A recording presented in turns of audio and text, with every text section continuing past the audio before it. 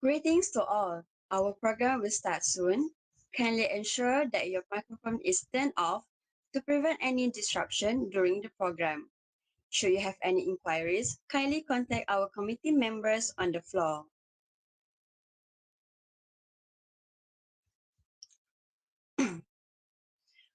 Our distinguished guests, ladies and gentlemen, welcome to Conversational Craft 1.0 Mastering ChatGPT. We are thrilled to have each and every one of you this morning. Prior to commencing this morning's agenda, let us collectively sing the national song Negaraku and lagu Ibu Kandung Suluh Budiman. Let us raise our voices in unison to commemorate the connection we have established during this program.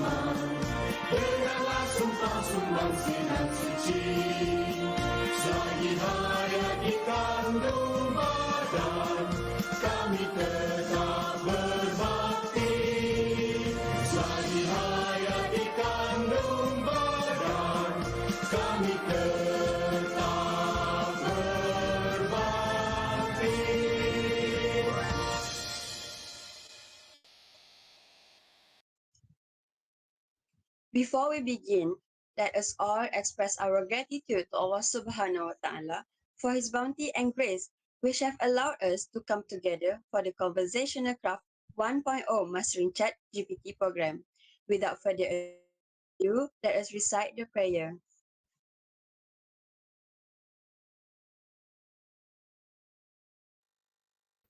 أعوذ بالله من الشيطان الرجيم بسم الله الرحمن الرحيم الحمد لله رب العالمين الرحمن الرحيم مالك يوم الدين إياك نعبد وإياك نستعين اهدنا الصراط المستقيم صراط الذين أنعمت عليهم غير المغضوب عليهم ولا الضالين.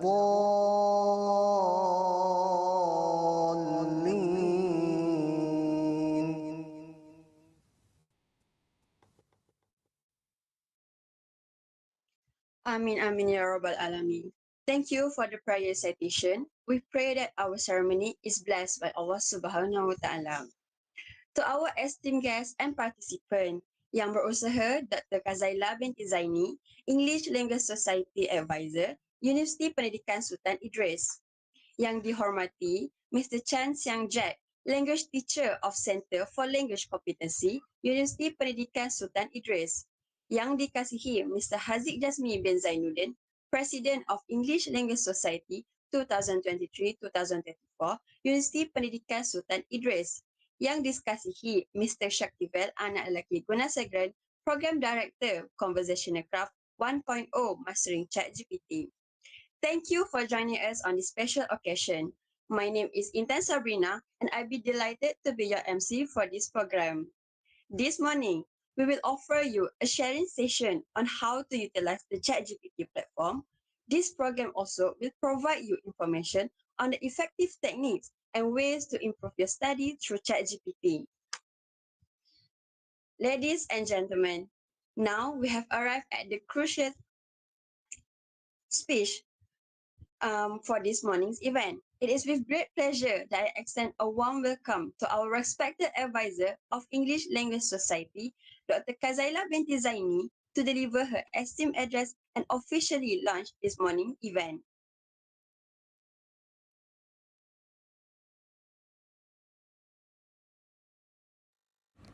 Thank you to the MC, the Honourable Dr. Farah Nachia binti Muhammad Kaja, Head of English Language and Literature Department, UPSI, Dr. Mazlin Muhammad Mokhtar and Dr. Irene Aina binti Bahari, ELS Co-Advisors, UPSI, Mr. Chan Siang Jack, Language Teacher of Centre for Language Competency, UPSI, Mr. Haziq Jasmi bin Zainuddin, President of ELS, Mr. Shaktivel Gunasagaran, Program Director, Conversational Craft 1.0, Mastering ChatGPT.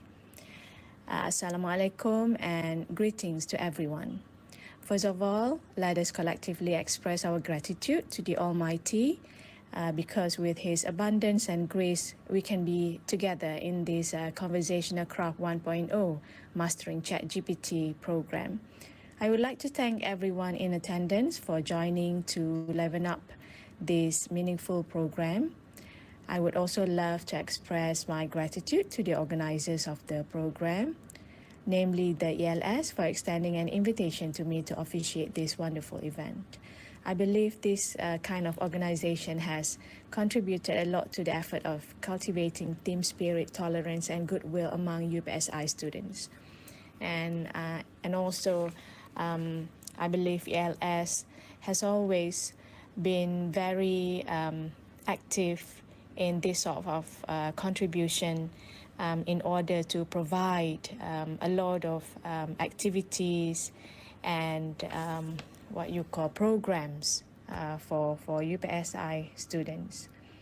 Such activities, this Conversational Craft 1.0 Mastering ChatGPT, is strongly encouraged in order to fulfill the university's goal of producing students who excel in academics.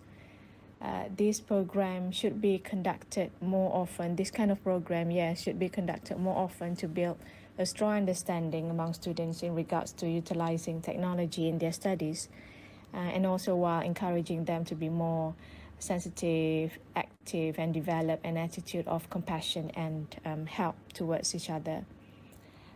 Students will able to enhance their sense of unity and also discover their inherent skills, which later may be utilized in the real world after they graduate.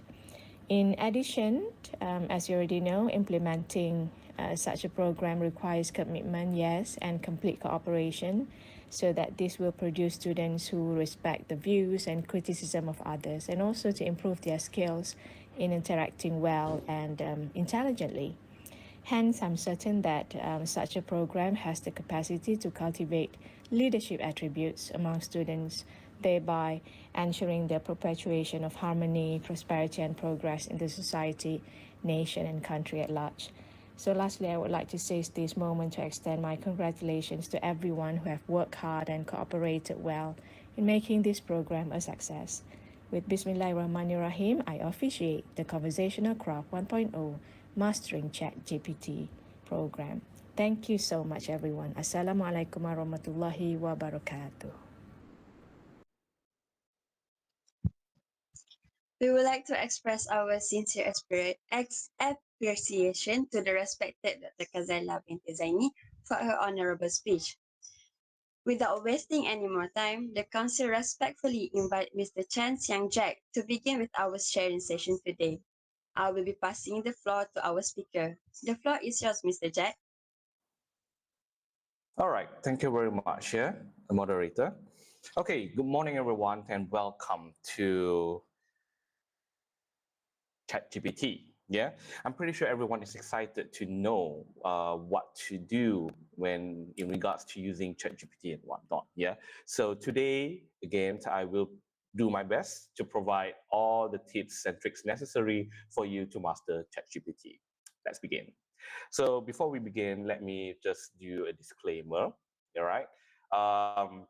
First thing first, I am not a professional. Yeah, I am just a very, very experienced user where I have used ChatGPT for over a year now. Yeah, and of course, I also subscribe to ChatGPT 4 where I practice, learn, trial and error, and of course, manage to provide and of course to learn the tips and tricks to navigate through the effective prompting for ChatGPT. And of course, when we talk about AI nowadays, yeah, a lot of people will be mistaken. Oh, will AI be taking over our lives? Will ChatGPT revolutionize things? Or will AI do this and do that? Well, we'll get into that later, yeah. But all you need to know is that ChatGPT is just a mere tool, a very effective tool if you're able to master it. But if not, then the tool will not be as effective as it is.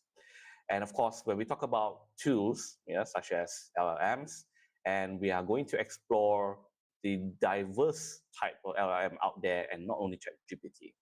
And of course, let's begin right now. So LLM Horizon, navigating the depths and application of language AI. What do you need to know first? Of course, we have to talk about the history of the LLMs. All right, next slide, please.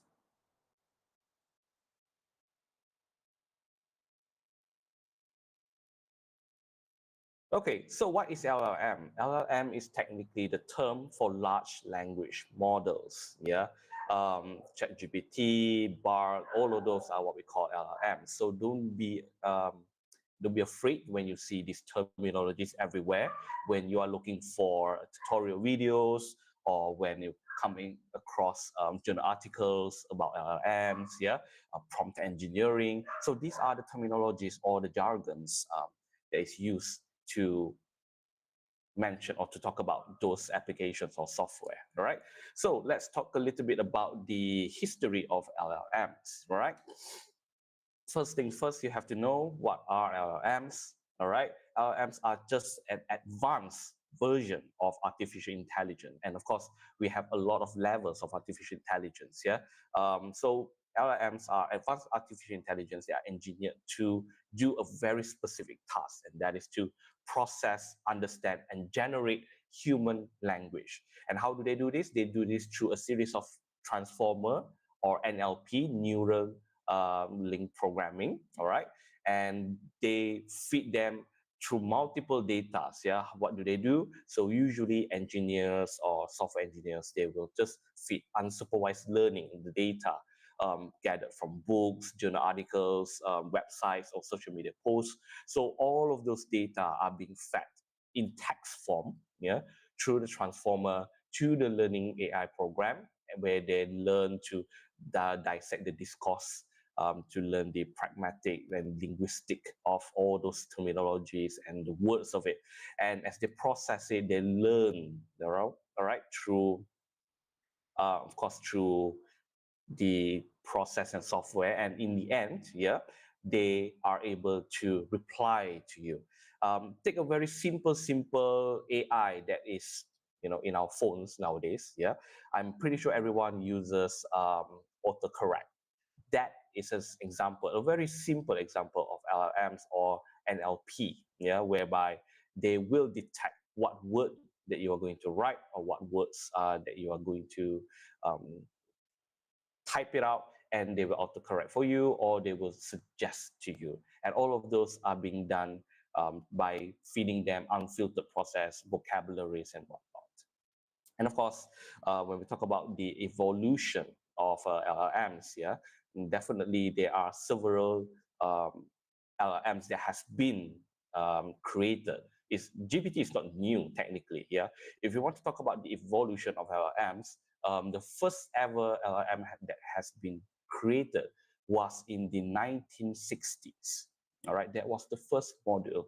But of course, we are now talking about a more advanced module, starting from 2013, yeah, Wood to Vec, developed by Google. And of course, they finally made a big breakthrough in 2017, whereby they developed the first transformer. So this transformer actually acts uh, like a filter, yeah, which further enhance the AI's capability to actually digest, dissect, and of course to respond to several prompts and whatnot. So the breakthrough starts at 2017, where Google developed Transformer. And of course, since Transformer has been developed, it has provide a generational breakthrough, yeah, in AI research. And of course, enter GPT that was developed by OpenAI, was developed in 2018 by using Google's Transformer series of NLP.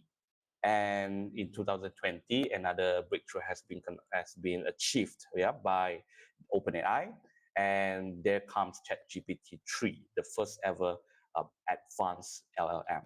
Yeah, and of course nowadays we have even more advanced LLMs, that is GPT 3.5 or GPT 4, that again developed by OpenAI, and I've heard news that they are going to release GPT 5 within this year itself. So all of these are being done through the process of feeding unfiltered data to them. And of course, it will take a longer time for AI to actually process, digest, and to understand the context, the discourse of those words and everything. Yeah. All right. So once we have understand how LLM work, of course, we are going to talk about the diverse LLMs out there. Yeah. And of course, we are going to explore the different types of LLMs, the famous one at least. Yeah, I will not be delving into too many LLMs. I do not want to get you guys confused, but these LLMs that I'm going to talk about will be the fundamental and of course the ones that are mostly used by a lot of people out there. Okay, and of course, what are the LLMs there? The trio. This would be the most fundamental, basic LLMs that are used by a lot of people. Yeah, of course, everyone is very familiar with GPT. Yeah, that's the logo. BART. Yeah, BART was developed by Google. It was developed by Google in 2000. 2021, if I'm not mistaken. But during that time, it is still in alpha beta phase. They have not fully released yet. The full launch of BART was last in December 2022, if I'm not mistaken. Yeah, and that is where Google first released their LLM, okay, to compete, of course, with GPT.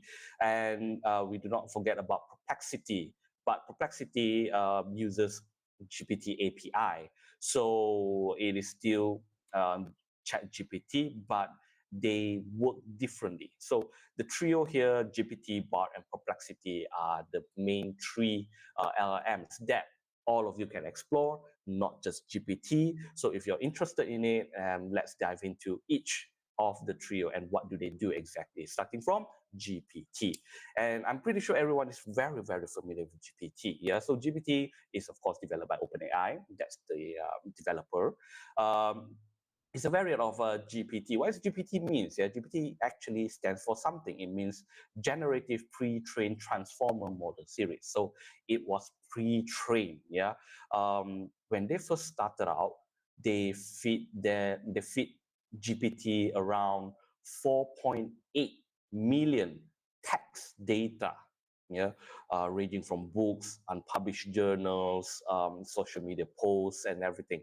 They fed it when the first iteration came out. Yeah, Enter GPT. They fed it around 4.8 million words into the system, into the software itself. As technology advances, they are able to upgrade their hardware. They managed to reach around 1 billion data set to be fed to GPT, and that is why GPT is quite advanced as compared to other LLMs out there. Yeah, so it is specifically trained as a conversational AI, meaning that it is the first conversational AI where you can chat with it, it will respond back to you. Yeah, same like Iron Man, Jarvis. Yeah, they are trying to achieve that. So of course, it's not as advanced as Jarvis, being able to do all sorts of things. Yeah, but this is actually a breakthrough. This is actually a starting point. Yeah, so what is the key features of GPT? A lot of people say, oh, let's use ChatGPT, let's use GPT this, GPT that. Why not BART? Why not Perplexity? Well, there's a reason for it. Yeah, and first of all, GPT was the first one to actually train their model way earlier as compared to BART and Perplexity. Again, Perplexity AI is just using GPT's API, but the developer developed Perplexity in a very different way for very different contexts and users. Yeah. So the key feature for GPT is of course coherent and of course context-aware conversation. They can do that very, very well because of how much of the data set is being fed to them every single day. Yeah. And of course, it really depends on the quantity and the quality of the data being provided. And of course, it's very versatile. Yeah. So GPT is it's like a jack of all trades. Yeah, it can do most of the things and lots of things. Yeah, from casual chat to technical discussion to coding and well, answering your complex questions, writing essays for you. Yeah, I'm pretty sure students love that, right? So GPT actually are able to do all of those. Yeah. Um, well, you must be wondering, can BART do that? Can Perplexity do that? We'll get to that later. Yeah. So most of the GPT's application is based on education, business, and technology. Yeah, it doesn't mean that it cannot be done for other sectors. No, but major, yeah, these are the three major sectors that GPT is heavily relied upon. Of course, education, yeah, tutoring, interactive content, language learning, that's for sure. Yeah, I'm pretty sure all of you as students, you'll be using GPT most of the time to search for a quick answer to help you with your assignments. Definitely, yeah. In business, GPT has been known to be used and adopted to do customer service automation. Like for example, Maxis Chat. Yeah, if you chat with them for their AI and whatnot, or either on their web or on their WhatsApp, they kind of use the GPT API to actually achieve that. Yeah, of course, content creation. GPT is very good in content creation. Again, due to the data that has been fed to the learning AI. Technology, programming assistant. Um, Recently, GPT has achieved a breakthrough where um, the developer updated the data, and now GPT can do coding much better than any other platforms out there, any other LLMs out there. Yeah, so if you're a professional and if let's say you are into coding, yeah, definitely check out GPT, especially GPT 4.0. Yeah, where their coding capability is unparalleled. All right. Okay, so moving on from GPT to the next LLM, which is Bard. Now, Google Bard is somehow special. There's a lot of speculation where a lot of people would say Google will overtake ChatGPT or GPT itself, yeah, because of how much um, and how long Google has been into this LLM's race, yeah. Unfortunately, their model is still relatively new, but last year during December, they managed to achieve a very phenomenal breakthrough where they introduces different types of language learning model, code name Gemini. So they have three variations of Gemini: Gemini Nano, Gemini Pro, and Gemini Ultra. And it is said that Gemini Ultra, which is their highest variant or highest AI learning, yeah, highest LLM, could perform 15 to 20% faster, more accurate, and better than GPT. So it is to me, it is not that weird. It is not that surprising, given the fact that Google is literally our own search engine. Yeah, we feed Google's search engine for very long, for eons. Yeah, since the beginning of Google's launch, definitely. So I believe they have more data set to be fed to their AI rather than GPT, which also relies on Google's Transformer series to feed their AI. It's just that GPT started way earlier than Google itself. So I'm quite happy that there is a competition, and you should be too. Yeah, do check it out. Do check out Bart when you're free, because Bart nowadays is getting more interesting, and of course, it's getting a little bit more powerful. Yeah, and it's comparable to GPT 3.5, albeit they use different function. They are used for different purposes. All right. So let's talk about it. So Bart aims to provide more accurate, up-to-date, and contextual relevant responses to users' queries. So usually, yeah, think of it this way: Bart is a supercharged version of Google search. Any info that you want, anything that you want to inquire, you want quick and easy recipe, for example, a quick and easy recipe for nasi lemak. You do not want to go to Google, you type out what is the recipe of nasi lemak. It is too troublesome. When you use Bart, all you need to do is just to inquire your task. What do you want to search? Bart will automatically list down everything from you, from the recipe, from the steps, everything right in your doorstep. It's as simple as ABC. So think of Bart as a very advanced, a supercharged version of Google search. And the key features of BART is definitely access to up-to-date and accurate information. It's not like GPT doesn't have access to up-to-date information. They do, but they are a tad slower, yeah, a little bit slower than BART, due to the reason that BART is directly from Google itself. And of course, Google developer can feed it live feed data, yeah, to BART.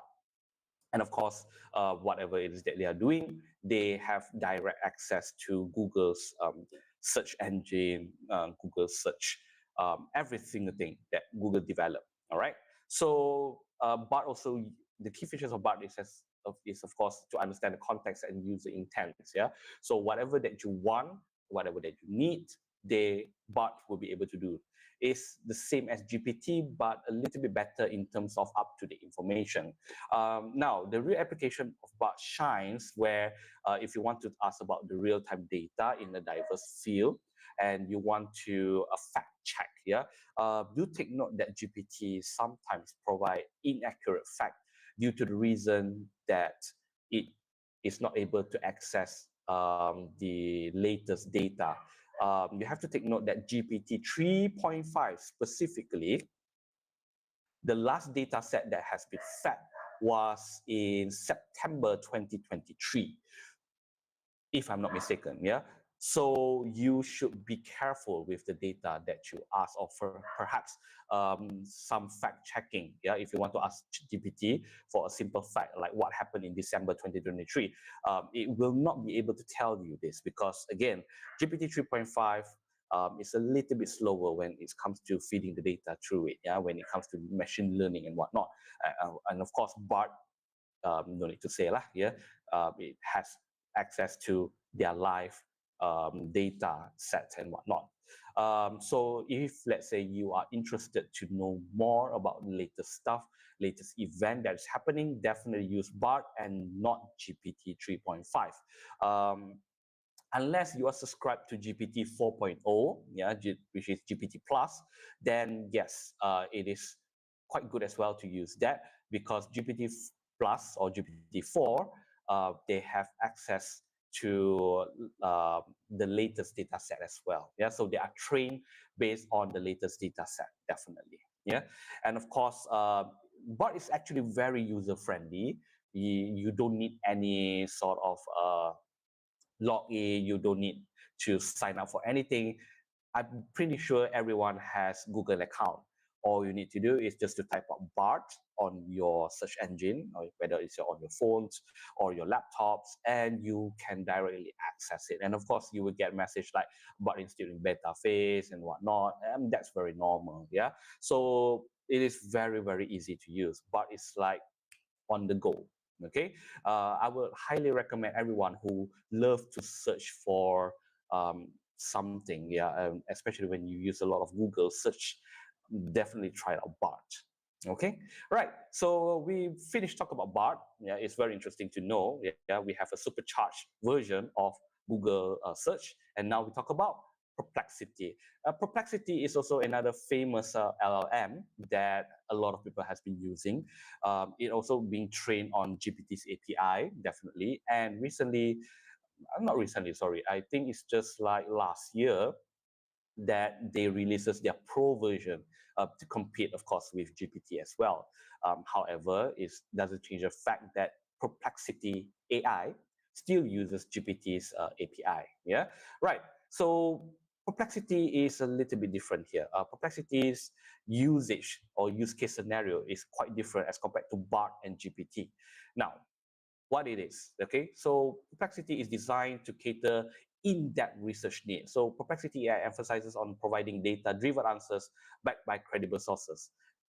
If you are a researcher, if you are interested in doing research, or you are interested in, for example, looking at journal articles, finding sources to cite, if you're that kind of person, Perplexity AI is definitely the one to go. The free one anyways, yeah. But if you're talking about GPT-4, which is the paid version, then definitely go for GPT-4 lah, yeah. So if we are talking about, and if we are comparing the free version of these three LLMs, GPT, BART, and Perplexity, when it comes to doing research, when it comes to doing journal articles or anything related to research-based data, Perplexity is the way to go. Yeah, for those who are going to do their FYPs, then Perplexity perhaps is an AI or the LLM, yeah, to check out for, and of course to try and use it. Yeah, so the key features is of course to provide responses backed by credible sources. It's not like GPT and BART will not be able to give you any credible sources. It's just that sometimes, okay, take this case scenario, yeah. So there are times that students or learners or anyone else would like to write an article or perhaps an argumentative essay, for example, yeah, whereby you need to cite your sources, you need to find the sources. If you use GPT 3.5, it will not give you accurate sources. It will give you dummy or fictional sources. When you try to look out for the sources, the references online, you will find that the references doesn't exist. That is the danger of using GPT 3.5 because it will give you fictional sources. For BART is good with providing real-time and real sources online, but it is not used to craft essays. It is not used to craft journal articles. When it comes to crafting, BART loses out to GPT and Perplexity. That's the thing, yeah. BART is good for general and specific searches, but it is quite bad. I wouldn't say bad. I would say it's weaker as compared to BART, as compared to GPT and Perplexity, because its language model is not designed in a way to write or to provide um, accurate or perhaps something like as complex as writing a journal article, for example. Yeah. So I would recommend you to use Perplexity if you are that kind of person who tends to go to research-based area. And of course, Perplexity is of course tailored for in-depth and complex queries. Yeah. So if you have a more sophisticated questions that you want to ask, for example, like let's say a theory that you don't understand, or something like a history that you want to know more, then Perplexity is something that you can check it out. And of course, the application of Perplexity is, of course, quite vast. It is ideal for academic research and detailed inquiries, definitely. Useful for data analysis and comprehensive studies, and supports users in exploring nuanced topics. Yeah. So if you want to learn more about how to write a proper journal articles and whatnot, or research-based area, then Perplexity is your best friend.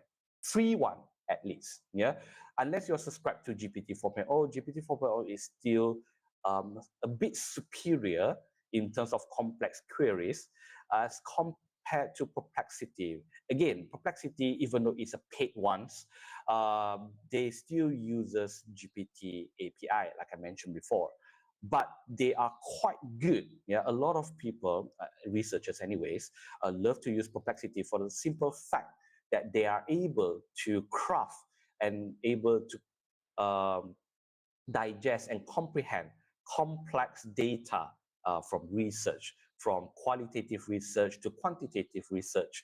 Perplexity is better in that sense. Again, GPT is jack of all trades, but master of none. Yeah, Perplexity is a very, very specific key, is used for a very specific task anyways. Yeah, and that is of course to do research.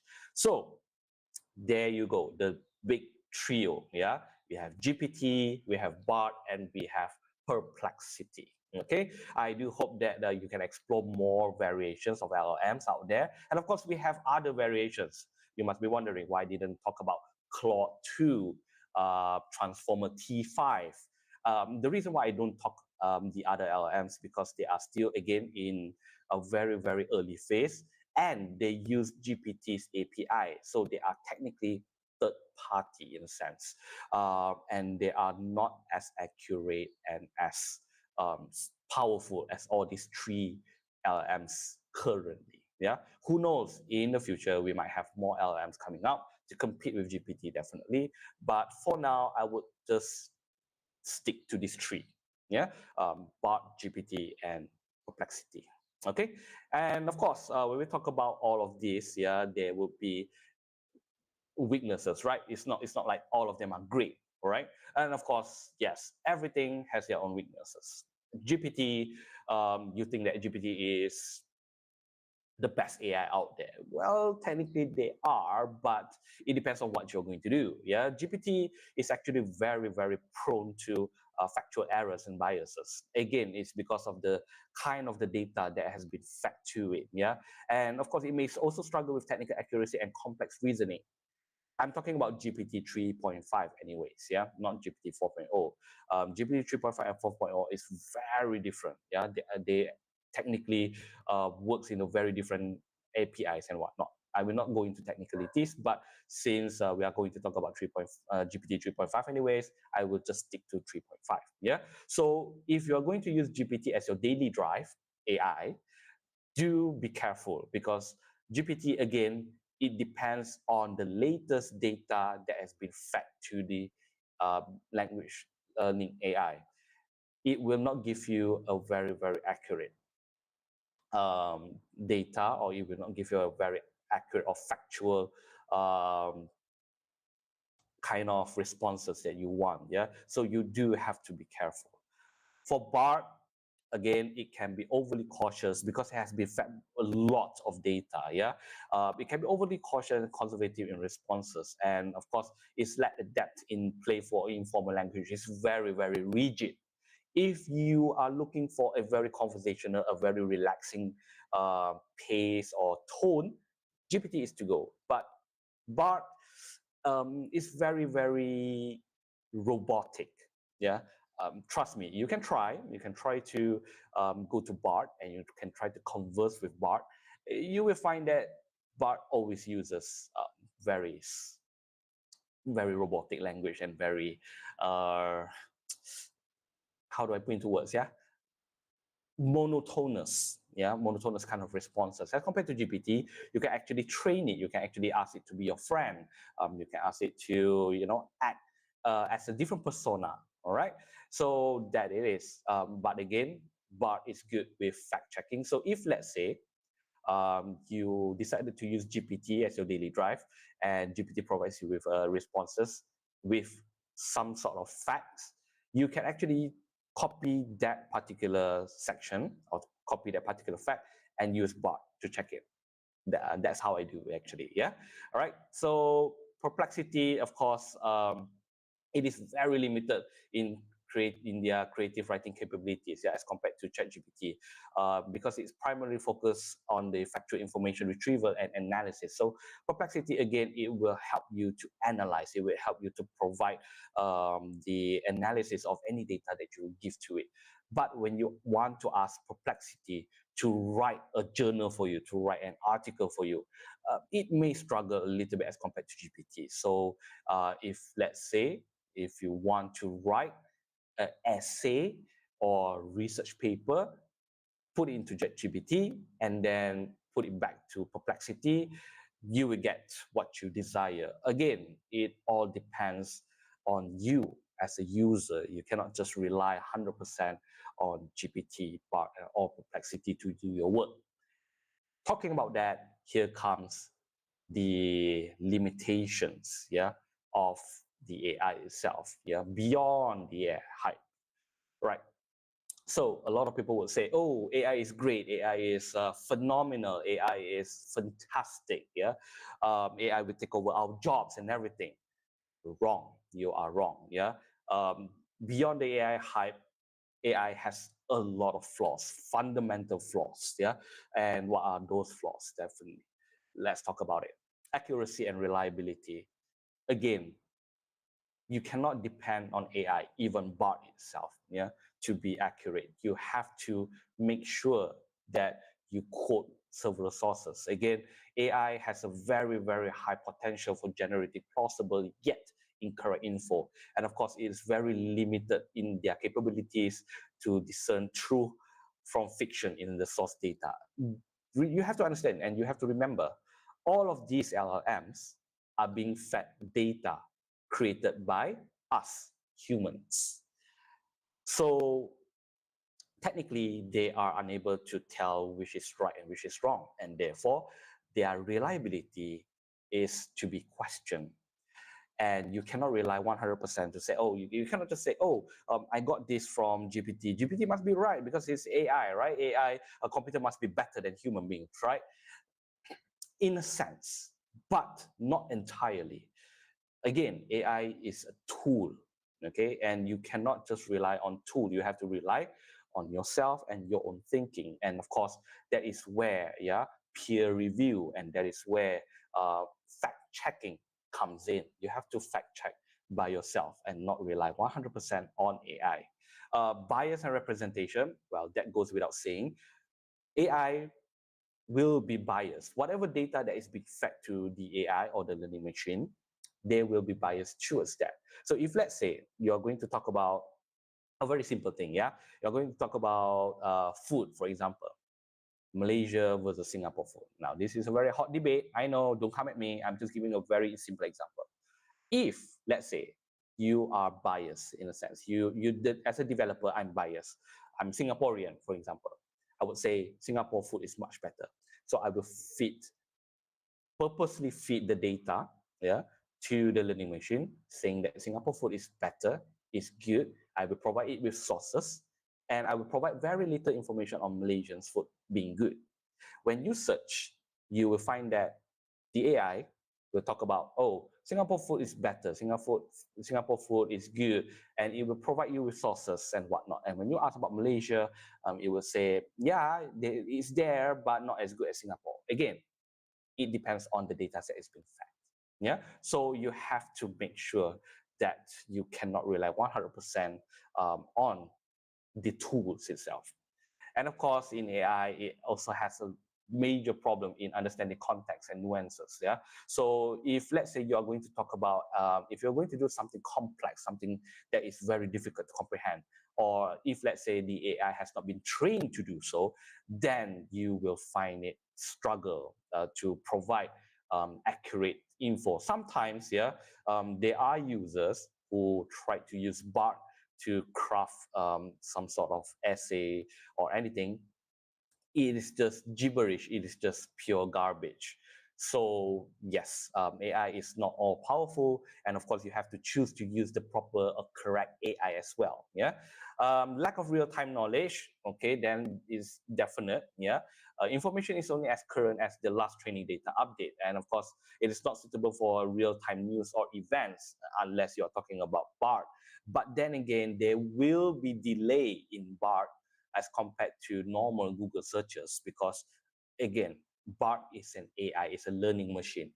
The developer has to constantly feed the data through it. It has no access to real life data. Yeah, it's just that it can, perhaps the developer set it in a way that every one day it will pause itself to read through and siphon through all the data so that it can get, let's say, one day update faster than any of those LLMs out there. But I wouldn't rely 100% on AI to get real-time news or events. Google search will be your best friend as well. Okay, next will be, of course, the dependency on data quality. Like I mentioned before, the data is unreliable, and depending on what types of data is being fed, it will provide a very, very different responses. Make it simple: garbage in, garbage out.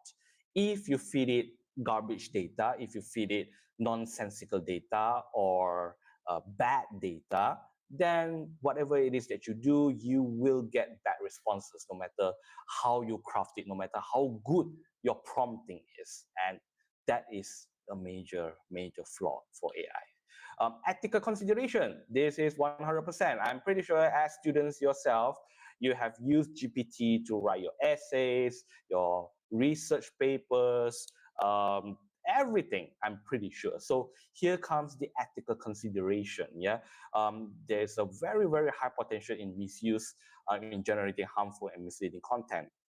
So take in case point last year, September, sorry, not September, it was in June 2023, where OpenAI, the developer, have to put a restriction on their AI because they found that users are actually using AI to do something bad, to plan for very, very bad things. Yeah, even though it is a hypothetical situation. So now, if you go to GPT, you try to ask it to, ask questions like how to kill all humanity and things like that, your account will be flagged and you'll be banned from using GPT. Yeah, so those are the restrictions, the ethical consideration. So imagine before GPT or OpenAI, yeah, put down those restrictions, how many people have been using AI to do all those things, yeah, especially on criminals. So those are the ethical consideration when using AI. Again, they will not be able to tell which is evil and which is good. They are just a learning machine. What you ask, they simply respond. That's the thing. Yeah, user prompt dependency. All right, so this is something that I believe everyone, yeah, a lot of people are struggling. This is what we call prompt engineering, which we will get to in the later slot. So your responses is as good as your prompt. So if let's say you do not know how to prompt, you do not know how to provide or ask questions to the LLM, then you would find that you keep on recircling back to the responses, and sometimes you couldn't get what you need or what you want. And that is why AI is not the ultimate tool. Definitely, it depends. It heavily depends on you as a user.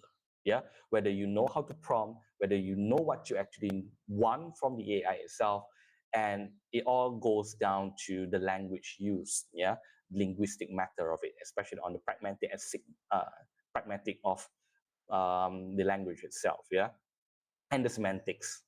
And of course, it is very, very task specific limitation. Yeah, it is very, very limited to the task that you want it to do. You cannot say, oh, AI can do everything. No, it can't. Yeah, AI cannot do everything. Again, it has to depend on you as the user itself. Just put this into the mindset. AI, why AI is good, why people thought that AI is phenomenal, is fantastic, is because of the data that has been trained.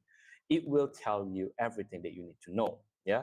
Of course, we as a human being, we cannot know everything, right? But it's different from AI. AI is as good as all the data that is being fed to them. That is why they are so-called know everything. However, they are very, very specific to the task that you want them to do. Yeah. So you cannot rely on the AI 100% to do everything that you want them to do. You have to make sure that you generate the correct prompt. You have to make sure that it is able or capable to do certain tasks that you want them to do, not too complex of a task, simple tasks or moderate tasks, it's fine. But again, it's very, very task specific. That's a one limitation of all AIs, no matter you use GPT, BART, or Perplexity. All right, so I guess that's it, yeah, for the first slot, I believe. All right, so this is all the things that you need to know about LLMs, yeah, their strengths, the different types of LLMs, and of course, their limitations. All right, and I guess I will pass back the floor to the moderator. Moderator, the floor is yours.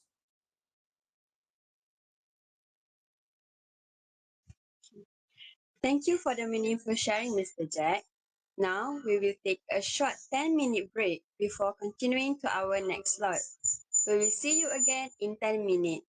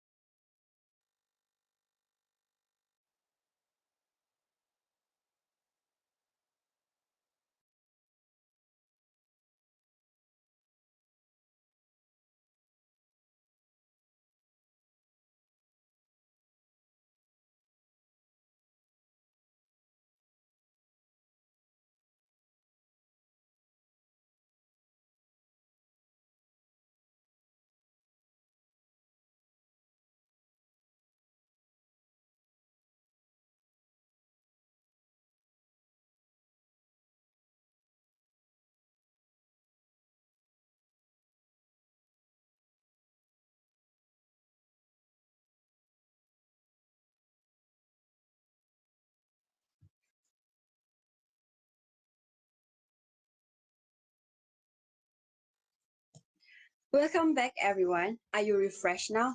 Excited to know more about ChatGPT? Well, then, I would like to invite Mr. Jack once again to share with us more about ChatGPT. The floor is yours, sir. All right, thank you, moderator. Okay, so let's go back to the ChatGPT itself. All right. Okay, so when we talk about ChatGPT, definitely a lot of people would be wondering how to fully or properly, at least, yeah, to utilize ChatGPT to its full potential. And you'll be surprised to know that GPT, yeah, ChatGPT itself has lots of function that you probably wouldn't know unless you learn about it or unless you test it out. Yeah, and of course, understandable as students, it is very difficult for you to actually learn and explore the usage of GPT properly. And here I am, hopefully, this sharing session will be able to open your minds, yeah, on the wonders of GPT and the things that it can do to help you as a student. Yeah, not just as a mere tool to answer your assignment, but you can do a lot with it. Yeah, and of course, we cannot ever do that without the art of prompt engineering. So, what is prompt engineering? Yeah, prompt engineering is something like a the the how do I put into words?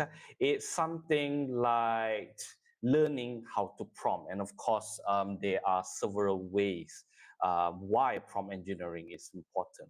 All right, next slide, please. Yeah. Okay, so when we talk about prompt engineering, we need to know why is it important when we use it to interact with any AI, let it be GPT, Bard, or Perplexity, or Claude, any AIs. Yeah, prompt engineering is very very important. It is crucial because you want to get your responses that you desire. You do not want to beat around the bush and keep on asking, repeating the same thing over and over, and in the end, you get frustrated. You waste your time, you get frustrated, and you would be able to know what you are that you wouldn't be able to get what you're actually looking for. So when we talk about prompt engineering, yeah, what is prompt engineering? It's actually crafting prompts that guide the LLMs, yeah, to actually generate your desired responses. It is not engineering per se, but there are several tips and tricks that you need to know how to properly generate what you actually looking for. And of course, we have to know how to balance the clarity, the context, and specifically to properly optimize AI interaction. You do not want to beat around the bush a lot. You do not want to waste your time asking multiple times on what to do and so on. So it is rather important, yeah, to have good prompts because again, you want to enhance your accuracy. You want to make sure that you do not waste time and you get exactly what you want within the first few prompts. That's it. Second of all, it reduces the ambiguity, leading to more precise answer. The more ambiguous you are, the more ambiguous the answers will be provided. So it all depends on how you prompt. And again, you save a lot of time by reducing the needs to go back and forth, yeah, in terms of your clarifications, in terms of prompts. So let's not waste time and dive into it. First of all, you need to know there are several things to do. First thing would be these are all the aspects that you need to follow. Well, not exactly follow, but these are all the aspects that you need to know when prompting, starting from task. So the order of this is that task is the one that is most important to the end of tone. Tone is less important. With or without tone, it doesn't really matter. It doesn't change the fact that it will not affect anything else. Yeah. But the order of importance would be task, most important, context, important, examples, important, persona, okay, good to have, format, okay, good to have as well, tone, not so important. Whether you want it to be serious tone or formal tone, it's really up to you. It doesn't really matter. So what it is, yeah? First of all, task. Task is where you have to define a clear objective for the AI responses. You have to know what you want. Yeah, you cannot just ask the AI and let AI decide everything. No, you can't. You have to be very, very precise. What do you want from the AI itself? That is task. Okay. For example, hi GPT, hi ChatGPT, write me a recipe for egg sandwich. That is task. Okay, that is a task, right? So context. This would be your background info. Now, context is also rather important because AI needs to know what is your circumstances. Okay, say for example, you want to lose weight. Okay, you would say, "Hi GPT, I am looking to lose weight. Yeah, please craft a plan for me to lose weight." But you did not provide your background. For example, how heavy are you? What's your health condition? Do you have any health condition? How busy are you? Okay, or how many times or how many days a week that you're free to exercise? What kind of exercise that you prefer? Okay, so you are not being very specific. The power of effective prompt is to be as specific as you can in order to restrict the number of responses, the ambiguity of the responses given to you. So please make sure that for any types of tasks that you're going to do or going to ask from the LLMs, please make sure to have task and context. These two are very, very important. Yeah. Examples will be good to have, all right? It's important, but not as important as the first two, task and context. So examples is where you include examples or template as a response guide. For example, let's say you want to craft an essay. All right, you want to craft an essay. For example, you want to craft a narrative essay or a pros and cons essay, advantages and disadvantages essay, for example. And you want the AI to provide the essay in a very specific format. For example, you want it to be 5 paragraphs. You want it to be in paragraph format, not point format. You need it to be around 350 words. You need it to be how many words. You need it to be in what tenses. When you provide that, that is what we call examples. So you can either specify the examples or you can just copy paste 1 or 2 paragraphs from an existing text, paste it in, and it will follow the exact format that you want. That is how you feed it more data to generate a proper response to you. Yeah. Persona. So this is where you ask the AI to be a different person and not just AI. This is very good with GPT. Yeah. So after this, I will provide a comprehensive um, showcase, on how to use GPT to its fullest potential. All right. So persona, you can ask the AI to be someone or something else or somebody else and not just AI itself. Yeah. And this is where GPT shines. Yeah. GPT is good in terms of um, being other people or being other persons that you want them to be.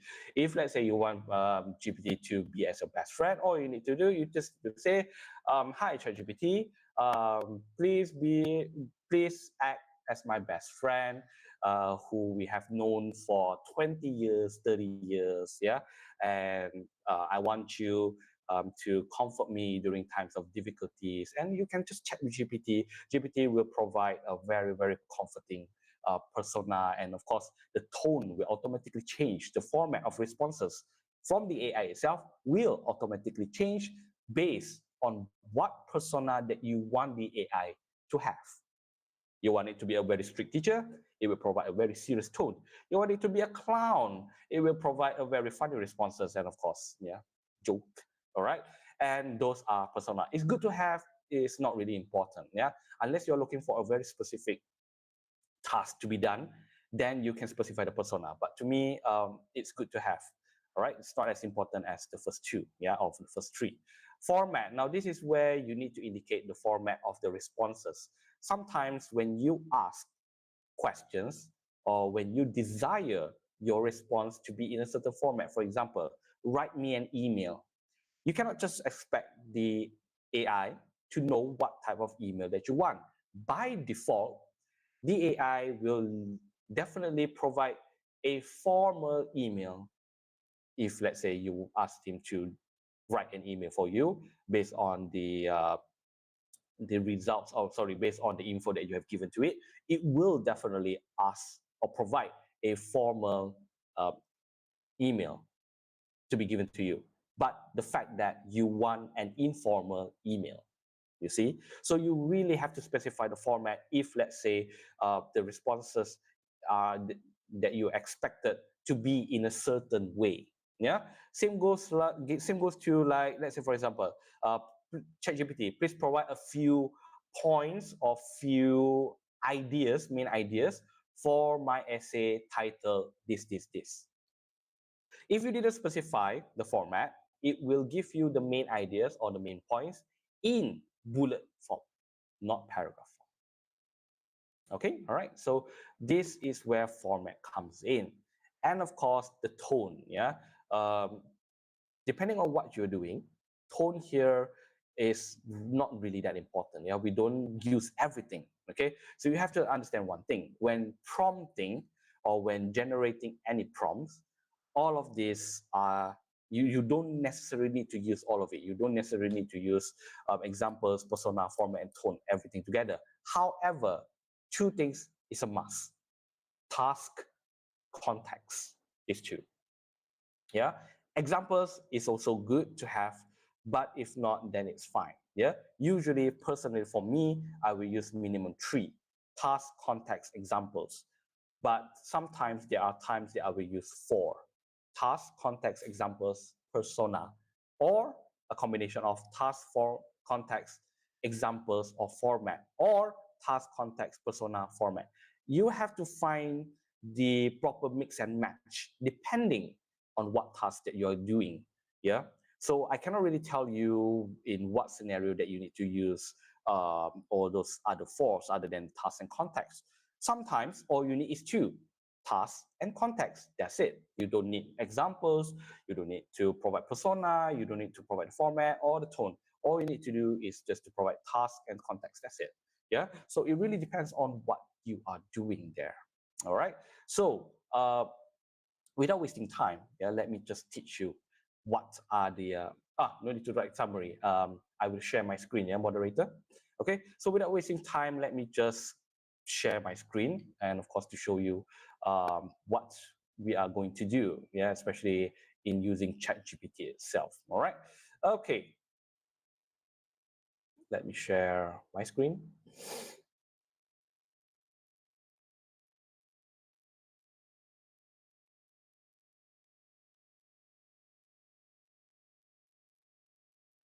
All right, is it clear? Okay, great. So here's the GPT 3.5. Yeah, I will not be using GPT 4.0. I will use the free version, as I believe everyone will have full access to GPT 3.5. Okay, right. So let's take a look at it. Usually when you go to GPT 3.5, what will you do? Yeah, you will just give a one sentence question or queries, right? So for example, let's say, yeah, all right, a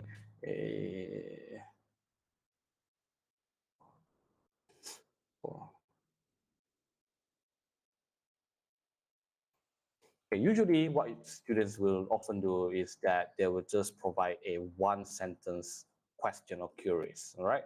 So if you do this, then of course it will just write out your task. And that's why task is rather important, yeah?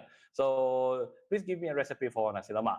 For the rice, jasmine, blah, blah, blah, ingredients, yeah? Sambal spicy sauce, all of this, yeah? For accompaniments, all of this. So instructions will be this and whatnot.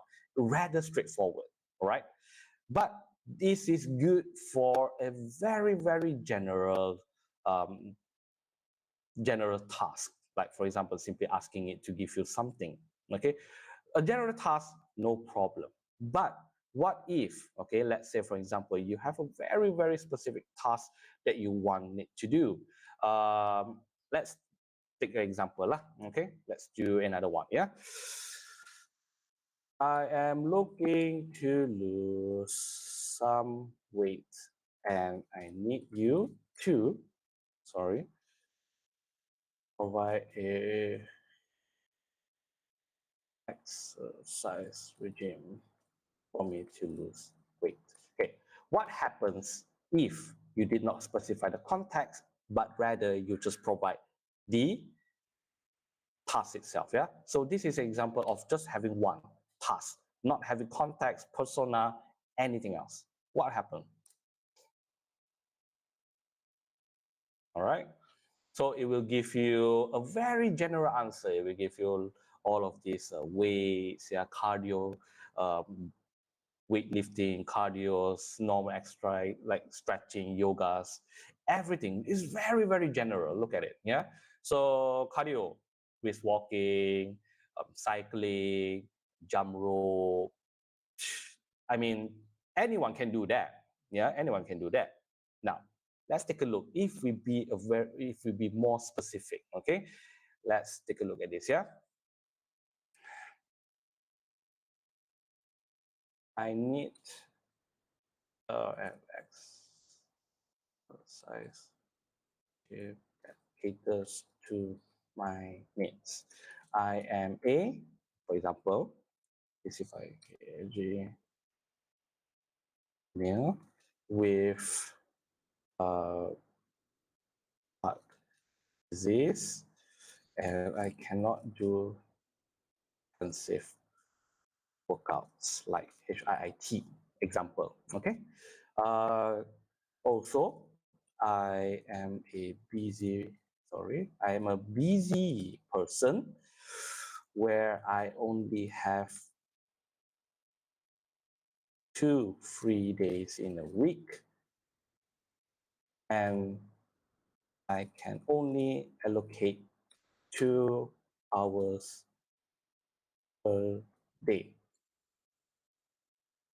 on that particular 2 free days to exercise. Please fine tune, yeah, the please, no, don't say fine tune, yeah. So please craft a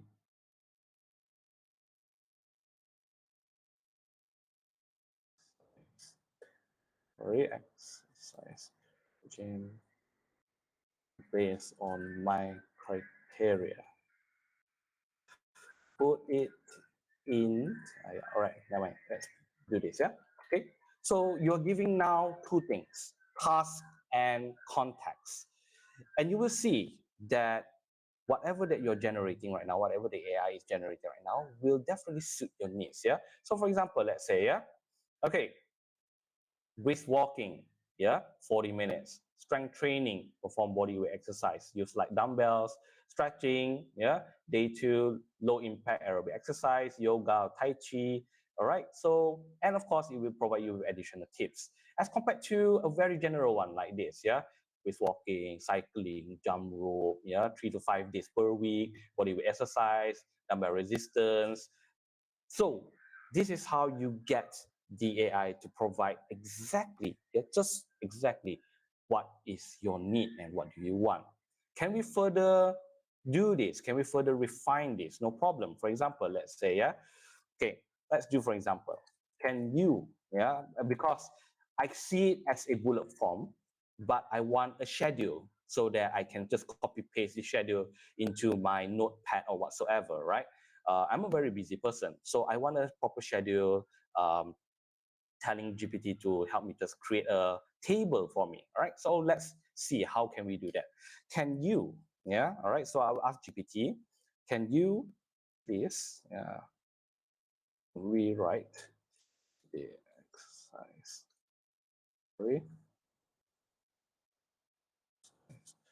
regime in a proper schedule format. So this is where we are talking about format, yeah. And when we want to do a specific format, like for example, I want a table, I want a schedule, and this is where I try to prompt GPT to provide me with a proper schedule. So in a proper schedule format, And I want to specify the time where the exercise takes, where the exercises take place at 4 to 5 p.m.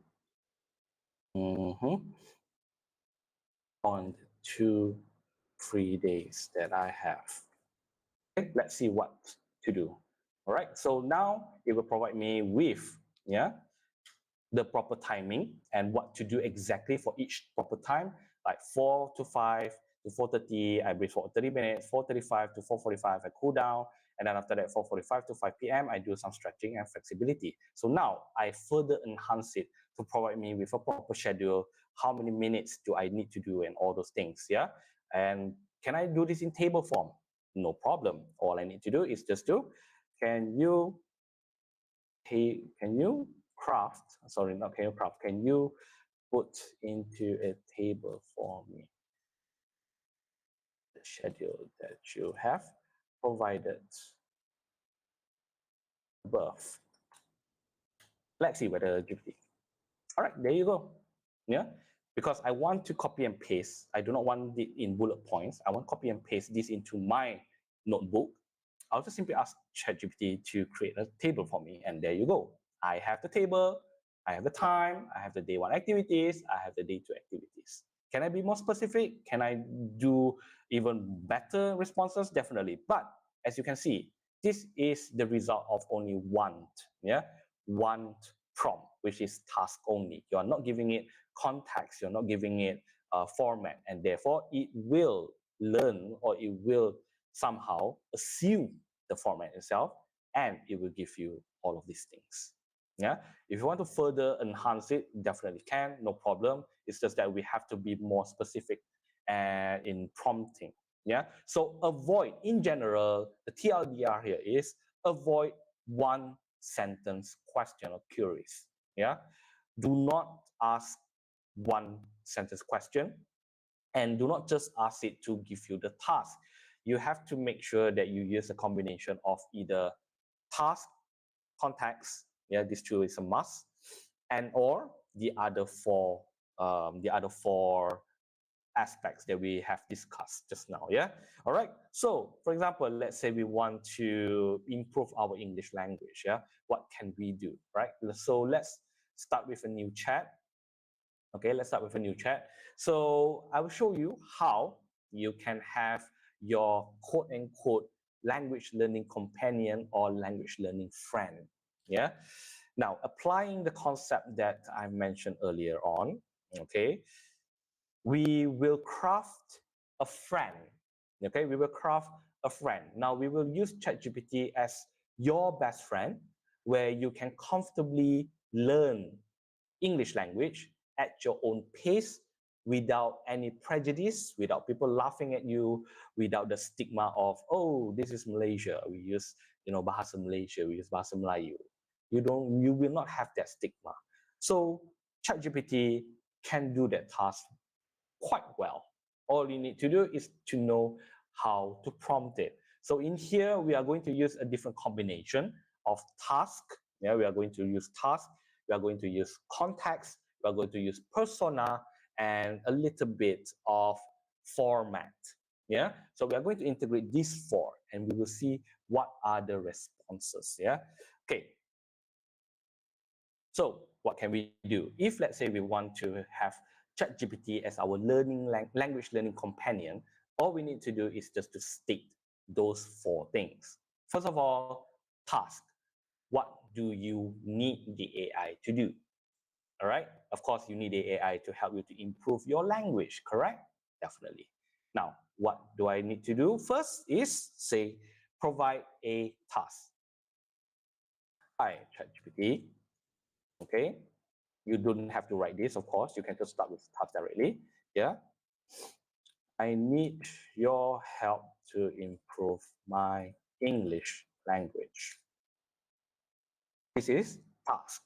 Now, I want it to be my best friend. I do not want it to just be an AI where it will provide very rigid, very computerized responses. I want it to be my friend. So what do I need to do? I need to ask it to be my best friend. This is where persona comes in.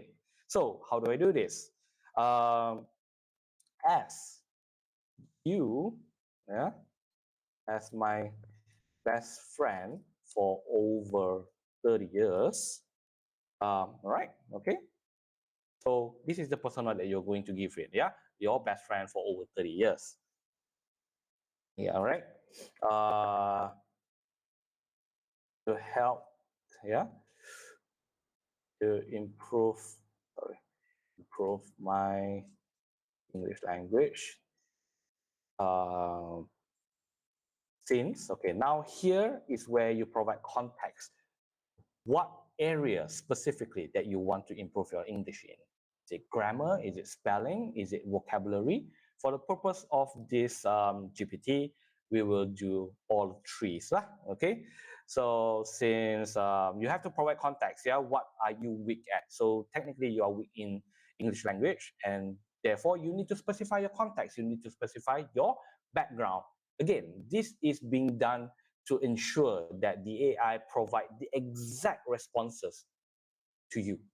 Okay, so since since my grammar is weak and I have no one to practice with.